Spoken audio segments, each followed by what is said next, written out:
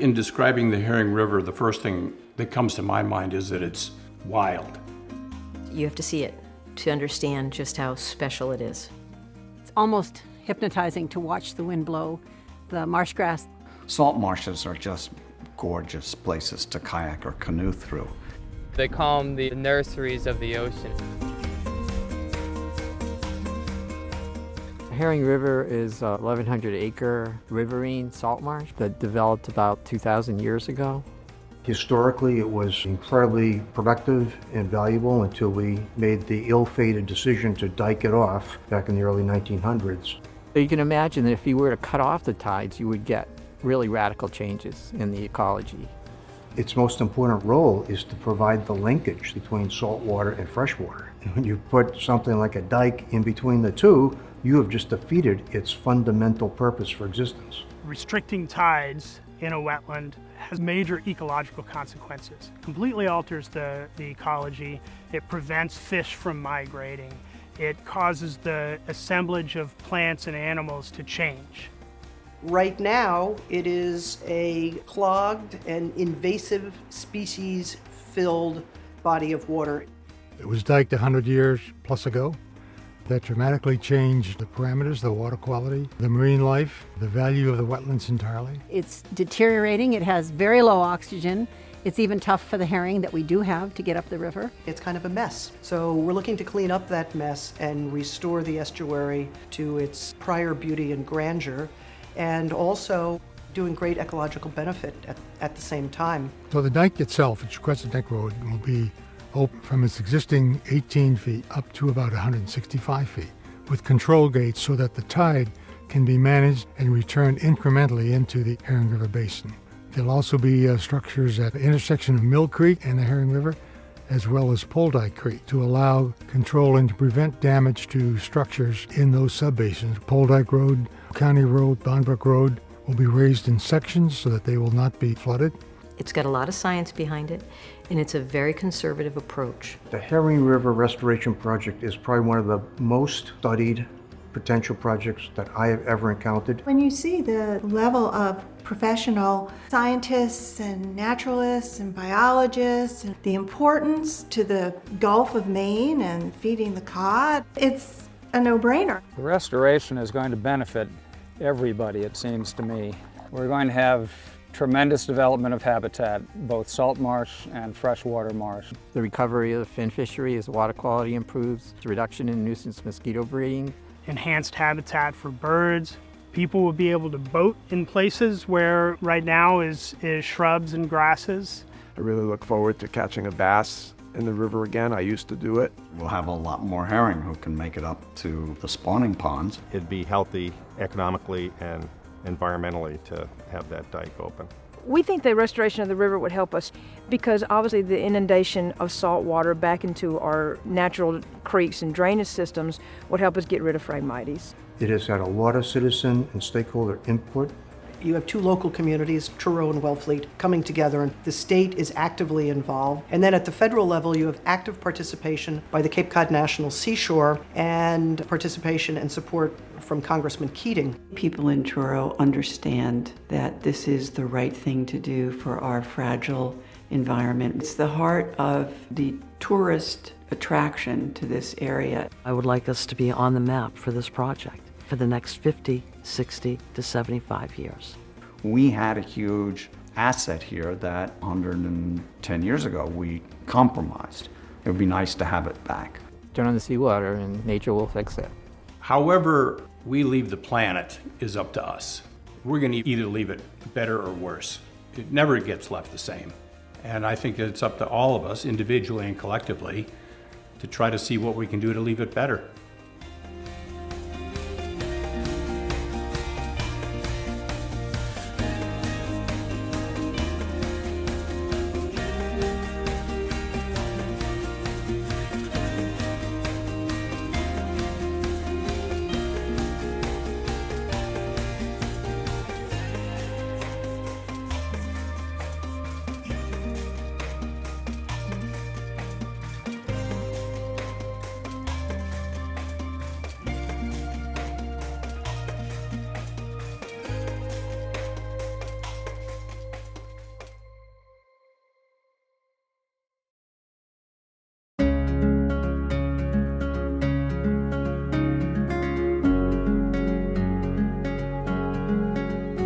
of the people and all the coastal communities in New England live by the grace of the moon. The moon's given us a gift of the tides, and the tides flush water in and out of our estuaries, our marshes, and that has an exchange of nutrients that's critical to our whole coastal ecosystem. We have to have healthy ocean and coastal environments in order for us to have a healthy economy, which is the basis for healthy communities.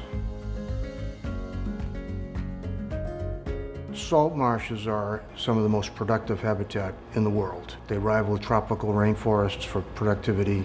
They provide a back and forth for wildlife, for fish, as a nursery grounds. A natural, healthy salt marsh will rise with sea level so that we maintain elevation over time, maintain that protective buffer between our houses and the rising sea.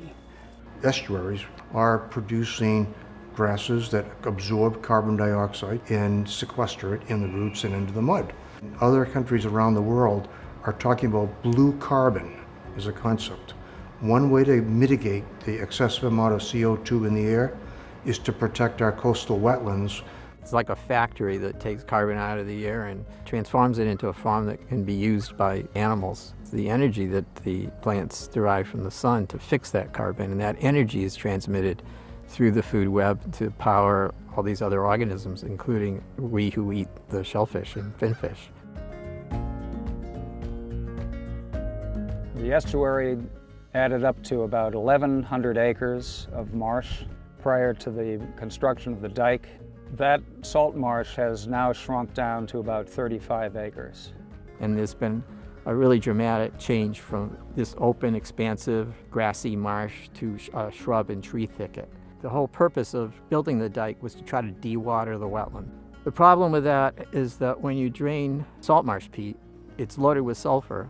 That sulfur is innocuously stored in waterlogged salt marsh peat. But if you drain a salt marsh, that sulfur is oxidized to sulfuric acid. On top of all of that, the water has been freshened by the exclusion of seawater, so the pH goes really low, our acidity goes really high. The aquatic habitat becomes untenable for aquatic animals. Oxygen has been depleted seriously because salt water brings in oxygen. And in the absence of that, there have been fish kills. It seems like you've choked off some vital component to the natural exchange of the things necessary for health of shellfish and the microorganisms that get produced as a result of freshwater intrusion. It's really pretty dramatic how fast it can happen when you remove these structures. Fish and the shellfish larvae will flow right in with the tide. If you give nature half a chance, it'll just fix itself. The immediate impact is on the 990 or 1,000 acres roughly on the land that will become healthier and much more productive. But the fish that will be in this area as a nursery will then swim back out and provide some of the base of the food chain for our offshore fisheries all the way out to Georges Bank. The improvement of water quality can't be underemphasized. It's the lifeblood of our shellfish industry. It's the lifeblood of the healthy environment itself. One of the other benefits that the Herring River will play when it's restored is that with sea level rising and more intense coastal storms coming our way, that habitat will be able to buffer some of the flooding potential that will come with these storms. The restoration of the river is mostly for those who come after us. The marsh will recover slowly and get better and better, and people will benefit, everybody from the wild pickers of shellfish out here in Wellfleet Harbor to bird watchers and fishermen. The fish in the Gulf of Maine feed on something. What they feeds on something else, and it's all based on nutrients. And a river marsh ecosystem provides those nutrients. This one's been breathing through a straw for 100 years. We just want to give this river back its voice.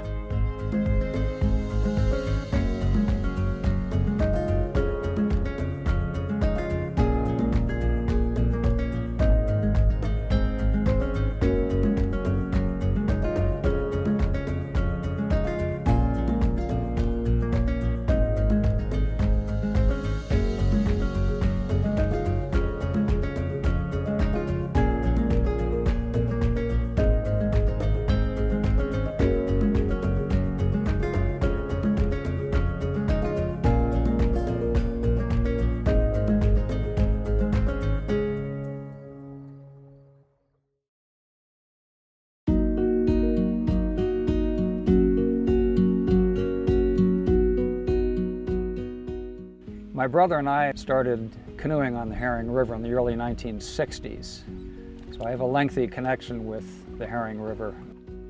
The Herring River project began well over 20 years ago. We have always been in favor of the restoration. I've always been a proponent of opening it up and bringing it back to more of a natural system that it was before the dike was put in. The Herring River restoration is the single most important thing we could do for this harbor. Wellfleet's industry depends on two things: tourists and shellfish. People come to Wellfleet because it's a very beautiful place. As an estuary, it's got, serious problems, so we look forward to improving that. For us, we felt like one of our best options was to work with the Herring River partners as much as possible. Long term, this could be a win-win for us and for the community in restoring the Herring River. We need to get a new dike. For Wellfleet to afford that, that's a pretty impressive penny, So to have the support from the National Seashore and the state, I think is extremely important for us as a village, as a town. The conclusion I come to is if the sluice gates fail currently, then it's going to be a big problem for the sudden onrush of whatever acidic water is in that estuary to all of a sudden impact those beds. I really believe that people and their livelihoods have to be cared for. The restoration project is looking at that as a critical part of how they plan on implementing the job. In addition to the recreational advantages and the biodiversity advantages of restoration of the Herring River, there are going to be commercial advantages over time. Shell fishermen and aquaculturists, they're looking forward to the greater tidal flushing, to those nutrients coming out and feeding Wellfleet Harbor, and therefore feeding those little animals called clams and oysters that we all love to eat. My wife and I both feel that the restoration of the river is a very good thing for the town, for the community, recreationally, for people who fish commercially. I think all of those things are going to benefit. I'm a fisherman. Fishing would be vastly improved if we got rid of the dike. I really look forward to catching a bass in the river again. The possibilities are really thrilling, actually, over the next decade or two, what will happen as it comes back. I think that people are really aware that an unhealthy river does no one any good, and a healthy river will have many benefits. The Herring River restoration will add to the significant beauty of Wellfleet's landscape. I think people are actually taking some pride in the fact that right here in Little Wellfleet, we have the biggest wetland restoration project planned for the whole northeastern U.S.